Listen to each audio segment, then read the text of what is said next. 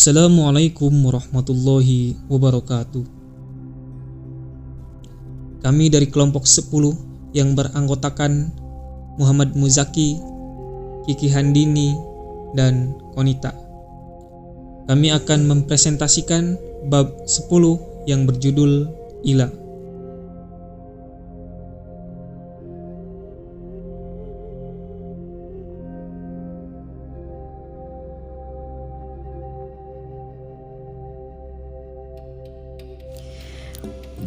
Pengertian ila. Secara etimologi atau menurut bahasa, ila berasal dari masdar ala ya'li ila'an, yang artinya berarti melarang diri dengan menggunakan kata sumpah.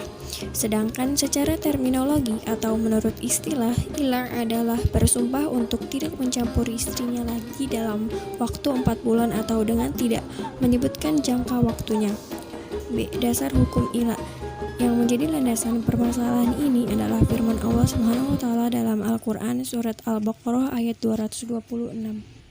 Yang artinya kepada orang-orang yang mengila istrinya diberi tangguh 4 bulan lamanya. Kemudian jika mereka kembali kepada istrinya, maka sesungguhnya Allah Maha Pengampun lagi Maha Penyayang. Surat Al-Baqarah ayat 226. Dari ayat tadi, Allah Subhanahu wa taala bermaksud untuk menghapuskan hukum yang berlaku pada kebiasaan orang jahiliyah, di mana seorang suami bersumpah untuk tidak mencampuri istrinya selama 1 atau 2 tahun bahkan lebih. Kemudian Allah Subhanahu wa taala menjadikannya selama 4 bulan saja. Nah, mengenai cara kembali dari sumpah ila yang tersebut dari ayat di atas ada 3 pendapat. Yang pertama, kembali dengan mencampur istrinya itu berarti mencabut sumpah dengan melanggar tak berbuat sesuatu yang menurut sumpahnya tidak akan diperbuatnya. Yang kedua, kembali dengan campur jika tidak ada halangan, tapi jika ada halangan boleh dengan lisan atau dengan niat saja. Yang ketiga, cukup kembali dengan lisan baik ketika berhalangan ataupun tidak. C. Rukun ila. Menurut jumhur fuqaha, ila memiliki 4 rukun. Pertama, al-halif atau orang yang bersumpah atau al-mauli. Yang kedua, al-makhluf bihi atau yang dijadikan sebagai sumpah. Yang ketiga, al-makhluf alaih atau objek sumpah. Yang keempat, masa.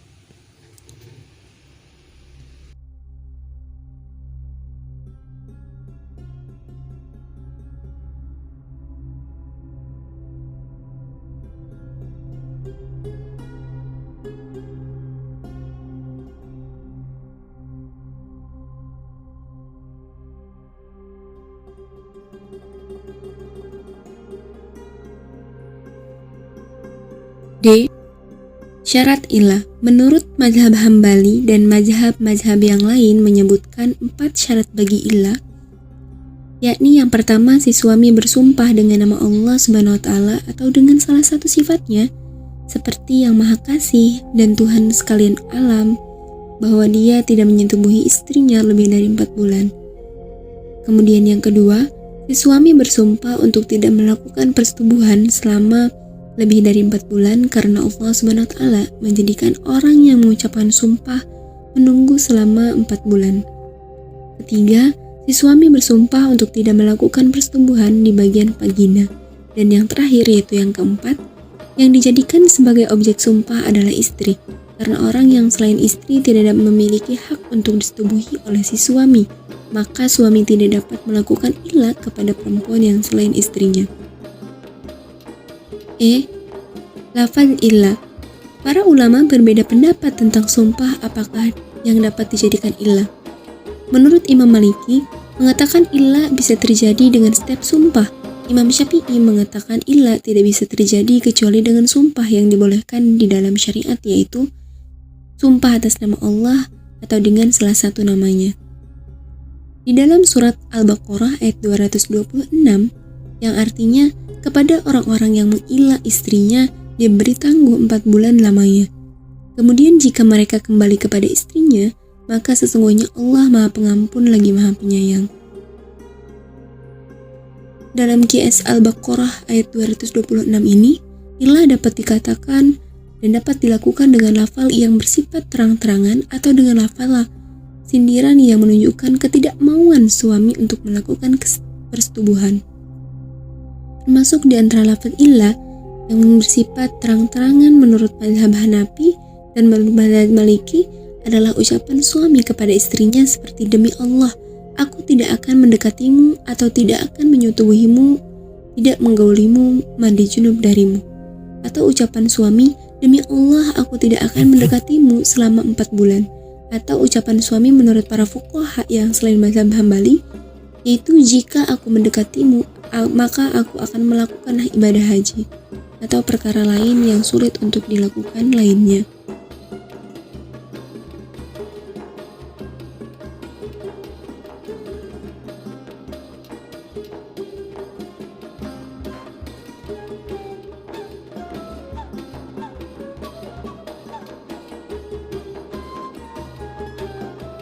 F. Hak istri atas suami yang mengilanya. Seorang suami yang mengilah diberi tangguh selama 4 bulan sebagaimana yang telah ditetapkan oleh Allah Subhanahu wa Ta'ala, dan selama waktu itu suami tidak menuntut mencampuri istrinya, dan jika 4 bulan itu telah berlalu, lalu istrinya melaporkan kepada pihak hakim lalu menghentikan ilahnya. Jika seorang bersumpah tidak mencampuri istrinya dalam waktu tertentu, baik kurang atau lebih dari 4 bulan, maka ia mesti menunggu sampai berakhirnya masa yang telah ditentukan. Setelah itu ia dibolehkan mencampuri istrinya kembali. Bagi si istri juga agar bersabar dan ia tidak berhak meminta rujuk pada masa itu. Menurut Imam Malik, Syafi'i, Ahmad, Abu Thawr, Daud Al-Laits berpendapat bahwa sesudah lewat masa 4 bulan, keputusan tentang diri istri bergantung pada keadaan. Apakah suami kembali kepada si istri ataukah menceraikannya? Apabila telah lewat selama 4 bulan, maka seorang suami yang mengilah istrinya, jika diberi tawaran diminta fai'ah dan ia mampu untuk melakukannya, tetapi ia tidak mau melakukannya, maka ia diperintahkan untuk menceraikan istrinya. Demikianlah pendapat setiap orang yang menyatakan keharusan memberikan tawaran kepada laki-laki yang mengilah yang sudah batas waktu, karena Allah telah berfirman, "Setelah itu suami boleh rujuk lagi dengan cara yang ma'ruf atau menceraikannya dengan cara yang baik."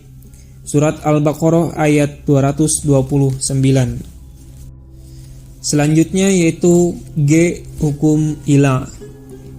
Apabila seorang suami melakukan fai'ah atau hubungan badan dengan istrinya, maka ia harus membayar kifarat. Menurut mazhab Hanafi, hukum ilah ada 2, yakni hukum akhirat dan hukum dunia. Hukum akhirat adalah berdosa jika suami tidak menebus sumpahnya, berdasarkan firman Allah Subhanahu wa Ta'ala, "Kemudian jika mereka kembali kepada istrinya, maka Allah Maha Pengampun lagi Maha Penyayang." Sedangkan hukum dunia ada 2, yaitu berkaitan dengan ilah, yakni hukum pelanggaran dan hukum berbuat baik. Hukum pelanggaran adalah dilazimkannya kifarat jika suami bersumpah dengan menyebut nama Allah atau dengan salah satu sifatnya, maka diwajibkannya kepadanya untuk memberikan makan 10 orang miskin dalam 1 hari, atau memberikan pakaian bagi mereka, atau membebaskan budak sesuai dengan tingkat ekonominya.